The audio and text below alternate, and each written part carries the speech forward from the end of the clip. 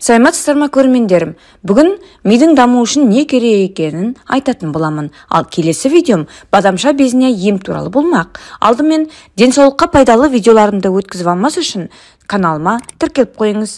Ми орталық нерв жүйесін меңгеру торабы. Мидың дамуы үшін түрлі тәсіл жасап тұру керек. Ол адамның есте сақтау қабілетін жақсартады, белсенділік пен сергек жұмыс жасаудың кепілі болады.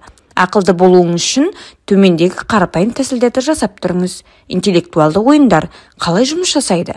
Шахмат, домино, покер сынды ақылдың күшімен ойналатын ойындар адамның логикасын күніне 10%-ға жетілдіріп отырады. Не істеу керек? Интеллектуалды ойындарды 2 аптада 1 рет ойнап тұру керек. Ең бастысы, ойынның өсу деңгейіне мән беріп отыру. Себебі, ойын күрделі кезеңге өткен сайын мидың белсенділігі арта береді. Миға керек ас мәзірі қалай жұмыс жасайды?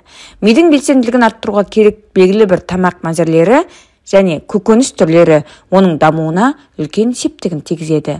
Не істеу керек? Балық, қара шоколад, ірімшік, соя, сарымсақ, банан және ең бастысы алма шараны аталған тағамдар мен жеміс-жидек көкөністер мидың белсенділігін арттыруға көмектеседі. Күніне кемінде 100 грамм ірімшік жеуді әдет етіңіз. Адамның жүйке жүйесіне бірқалыпты жұмыс істеу үшін В12 витамині қажет, ал ірімшік бұл витаминге өте бай. Күнделікті таңертең ең аз дегенде 3 ас қасық сұлы ботқасын, овсяное хлопья жеу керек.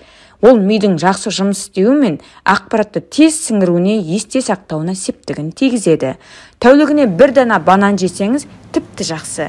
Банан магнийге бай. Ол депрессия, стресске қарсы күресте көмекші. Есте сақтау қабілетін де жақсартады. Мангының құрамында жүйке жасушасын қалыпқа түсіретін витаминдер көп.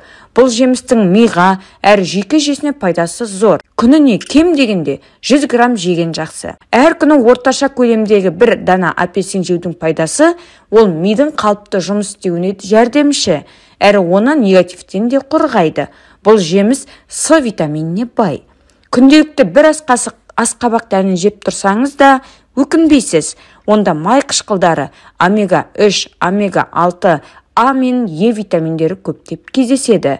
Бұл витаминдер эмоция, ұйқы мен есте сақтау қабілетіне жауап беретін жүйке жасушасының жұмысын жақсартады.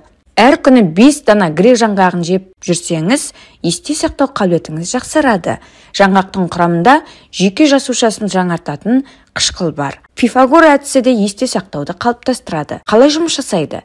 Аталған жаттығу адам миында қанша көлемде болса да ақпарат сақтауға негізделген. Не істеу керек? Жұмыс күннің соңында өзіңізге есеп беріңіз. Парақ алып оған күні бойы сізге жақсы және жаман әсер қалдырған істерді жазыңыз. Сараптама жасаңыз. Қандай іс сізді ашуға, қандай іс қуанышқа бөледі?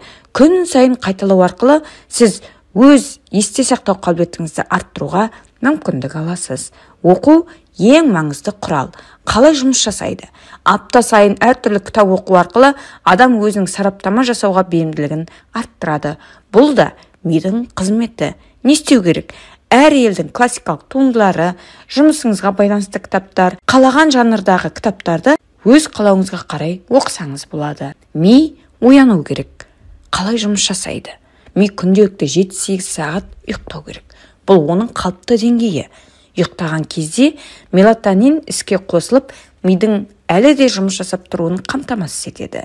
Ұйықтаған кезде жарықтың жанып тұруы мидың дұрыс тынығуына кері әсер етеді.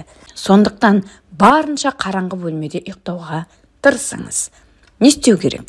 Қараңғы және тұрақты температурадағы самал есіп тұрған бөлмеде ұйықтау керек. Ол үшін терезені ашып қойған дұрыс.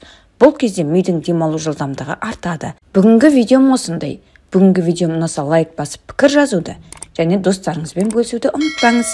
Келесі видеоға дейін сау болыңыздар.